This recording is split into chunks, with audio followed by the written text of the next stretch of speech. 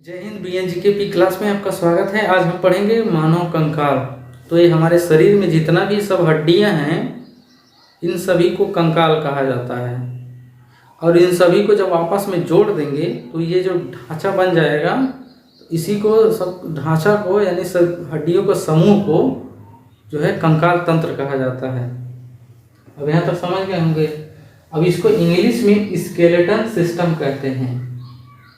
और ये जो कंकाल तंत्र है, इसको और भी कई नाम से जाना जाता है, जैसे अस्थि पंजर हो गया, खाका हो गया, ढठरी हो गया, रूपरेखा हो गया, हड्डियों का ढांचा हो गया, अंजर पंजर के नाम से भी जाना जाता है कंकाल तंत्र को।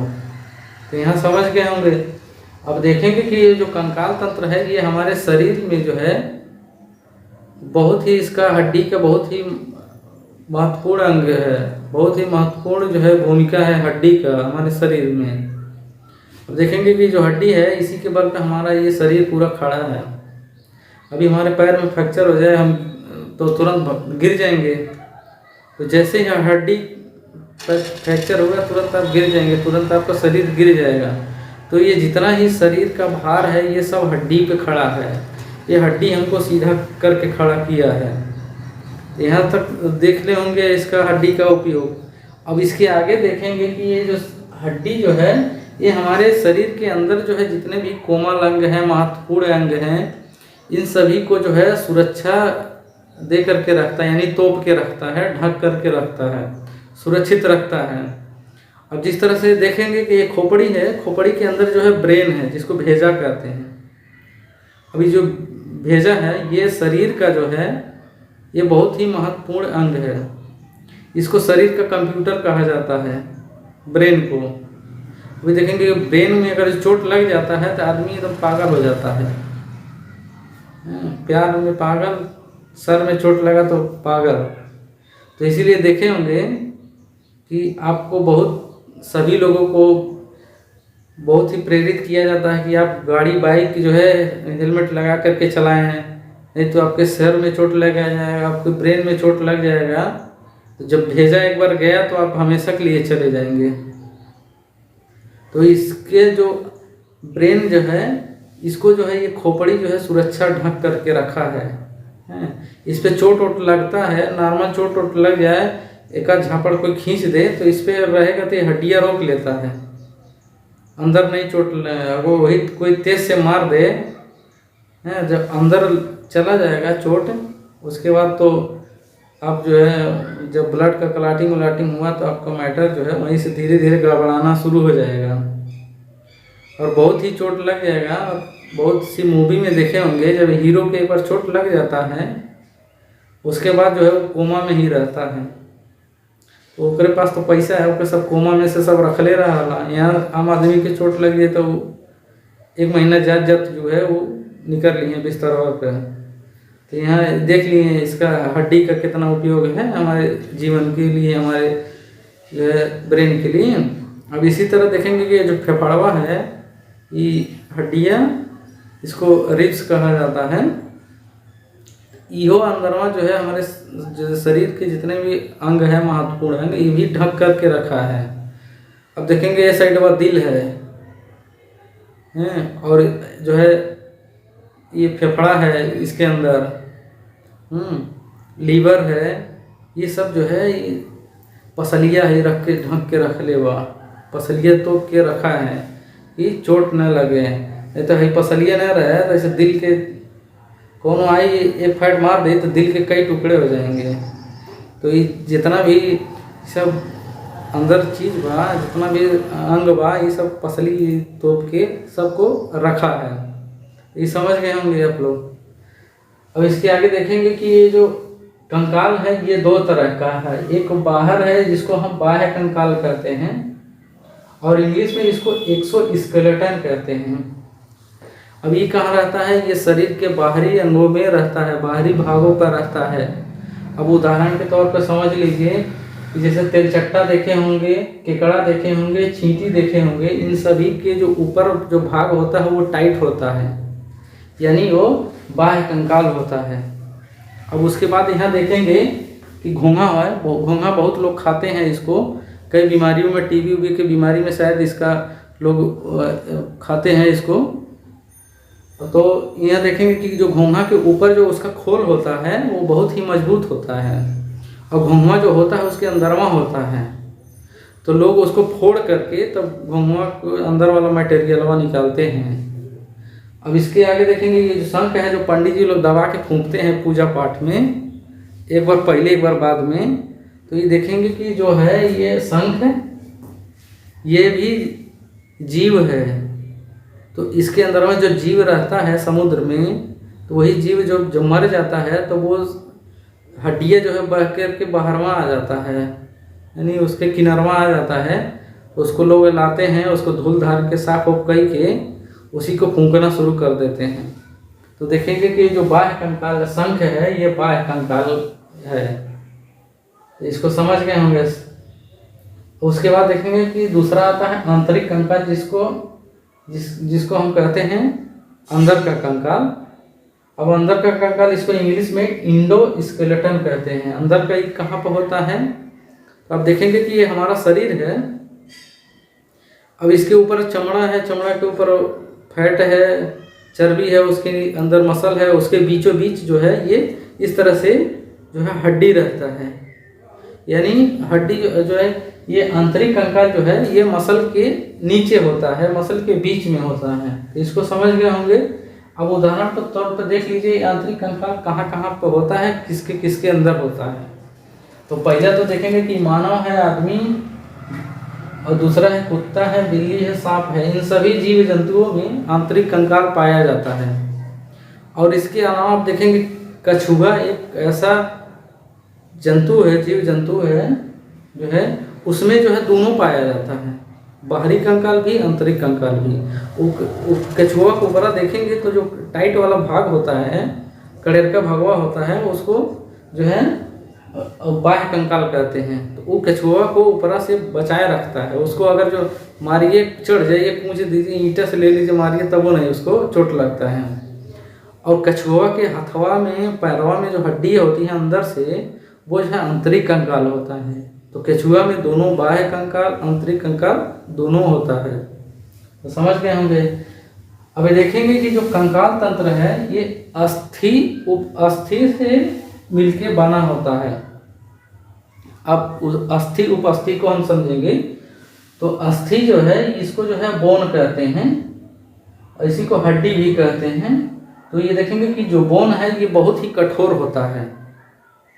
कठोर क्यों होता है ये सब बताएंगे। तो देखेंगे कि उसमें कैल्शियम फास्फेट पाया जाता है हड्डी में, और कैल्शियम कार्बोनेट पाया जाता है। कैल्शियम कार्बोनेट क्या करता है कि हड्डी में जो है कठोरता लाता है, हड्डी को टाइट बनाता है। और इसीलिए देखे होंगे कि जो माचिस जो होता है उसमें फास्फोरस होता है, इसलिए वो बहुत जल्दी आग पकड़ लेता है। और जो कार्बोनेट होता है, जैसे आप अंडा देखें, अंडा खाते होंगे, तो अंडा जो ऊपर वाला खोलिया होता है उसको अगर जो आप आग लगाइए तो वो नहीं जलता है। इसलिए जो है जब आदमी को जब मर जाता है तो जब जलाया जाता है तो उसके अंदर में जो है ये कैल्शियम फास्फोरस जो है कम रहता है, इसीलिए वो जलता नहीं है बढ़िया से। कहे ना साला बहुत कंडिया है ये, तब जलत नहीं बा जल्दी। तो वो जो है वो बेचारा खैले पियले नहीं रहा, तो ओकरे अंदर में जो है कैल्शियम फास्फोरस कम रहता है, इसीलिए जल्दी जो है आग वो बढ़िया से जलता नहीं है। और ये जो कैल्शियम फास्फोरस जलता है तो ये जो है ललछहू में, इसका लपटिया जो है जो निकलता है आग वाला, वो ललछहू रहता है। तो इसको समझ गए होंगे। अब देखेंगे जो हड्डी होता है उसके बीच में जो है पतल पतल नली होती है, पतल पतल नलिका है, पतल पतल सुराख होगा। और वो सुरखवा से जो है रक्त यानी ब्लड और जो है तंत्रिका तंत्र का जो है सिस्टम, ये जो है रक्त वाला और तंत्रिका तंत्र दोनों जो है ब्लडवा के अंदर पतला पतला सुराख में होल रहा, छेद रहा, वही से दोनों काम जो है होत रहा। ब्लड व्लड सब आता जाता रहता है उसी से, और तंत्रिका तंत्र से वो जो है जो उसका सूचना वाली जो भी चीज़ रहता है उसमें सब आदान प्रदान होता रहता है। उसके आगे देखेंगे कि जो अस्थि है इसमें जो है ओसिन नामक प्रोटीन पाया जाता है। और देखेंगे कि हड्डी जो है, जो लोग मटन वटन खाते होंगे तो जो हड्डियाँ लेकर के जो खींच के सरवा से मारते हैं, अंदरवा देखते होंगे हड्डियाँ का अंदरवा जाली जैसे मच्छरदानी होता है, कोई ठूस के भर देता है तो मसलवा सारा लग के पूरा एकदम जालीदार हो जाता है, उसी को लोग सरवा से मार के खा जाते हैं। वो क्या होता है कि वो बोन मैरो होता है, जो खींच के खाते हैं लोग, कहते हैं एकदम खिंचला सारा से निकल गया, वो जो है बोन मैरो होता है। उसी के अंदर जो है ब्लड बनता है, RBC WBC उसी के अंदर बनता है। इसको आप लोग समझ गए होंगे। उसके बाद आप देखेंगे कि जो हड्डी होता है ये बच्चों में जन्म के समय 270 से लेके 300 के बीच में होता है। ये जो हड्डियां हैं ये छोटे छोटे टुकड़ों में बच्चों में होता है, इसलिए संख्या में ज़्यादा हो जाता है। अब देखेंगे कि बच्चा जैसे पैदा होता है उसके बाद से उसका बढ़िया से मालिश किया जाता है, घास सोच के कि उसका जो है हड्डी बढ़िया से जुड़ जाए, सीधा जुड़ जाए, एकदम सब जो है हाथ पैर एकदम सीधा सीधा जुड़ जाए। अब तो देखेंगे कि बहुत से डाबर लाल तेल हो गया, जॉनसन बेबी ऑयल हो गया, दुनिया भर का फलनवा ढेमकवा हो गया है।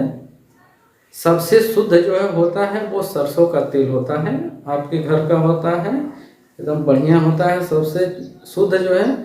तो बहुत जो है आप लोग अधिक से अधिक जो है सरसों का तेल जो है प्रयोग करें। तो अब देखेंगे कि जो बच्चों के हड्डी के बाद जैसे ही बच्चा वयस्क होता है, यानी 12-14 की उम्र से जब ऊपर आता है तो वो बाल्य अवस्था में आ जाता है। उस अवस्था में क्या होता है कि हड्डियां जो है आपस में जुड़ जुड़ करके हड्डियां कम होकर के 206 हो जाती हैं बाल्य अवस्था में। और जैसे ही बाल्य अवस्था से वयस्क अवस्था में आएगा, वो 20-25 के ऊपर जाएगा, वो जो है हड्डियां कम होते होते वो 206 पे आ जाती हैं।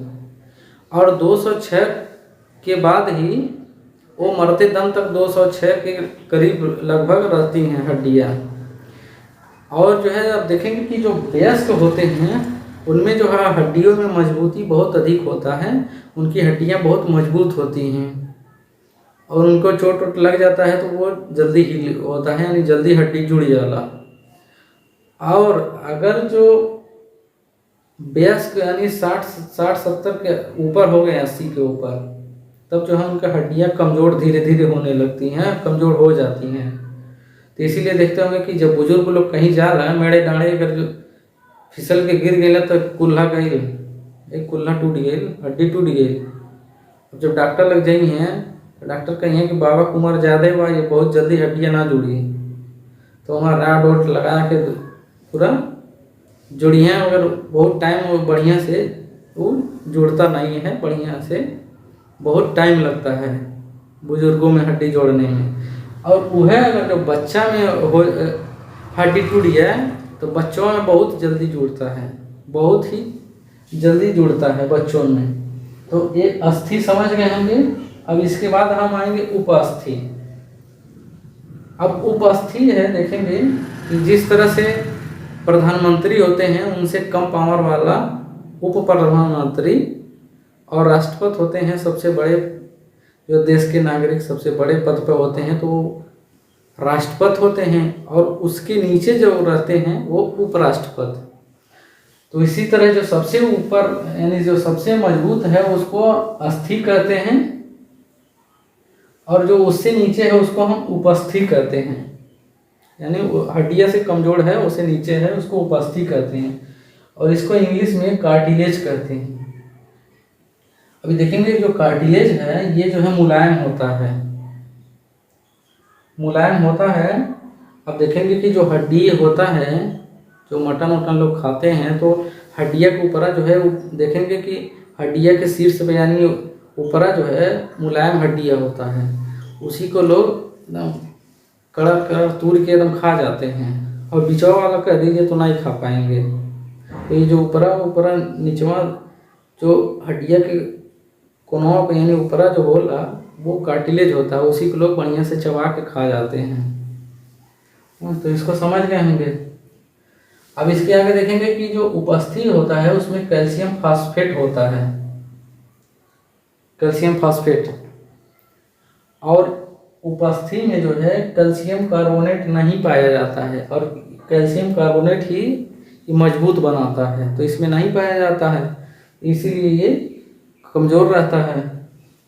अब इसमें जो उपस्थि में जो प्रोटीन पाया जाता है वो कॉन्ड्रीन नामक प्रोटीन पाया जाता है, कॉन्ड्रीन।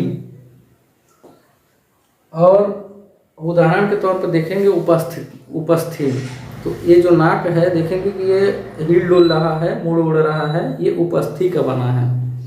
इसी तरह आप कान देखेंगे कि एक कान मुड़ जाता है, इस तरह से ये भी उपस्थि का बना होता है। अब देखेंगे कि जानवरों में जो बकरी है, भेड़ है, गाय भैंस हैं, तो जो उनका कान होता है वो उपस्थि का बना होता है, इसीलिए जो बकरिया का कनवा लोग खा जाते हैं उपस्थि का रहता है। तो इसको आप लोग समझ गए होंगे, इसका स्क्रीनशॉट ले लीजिए। और अगले क्लास में जो है हम हड्डी के जो है विभिन्न हड्डियों के विषय में पूरा विस्तार से जानकारी करेंगे।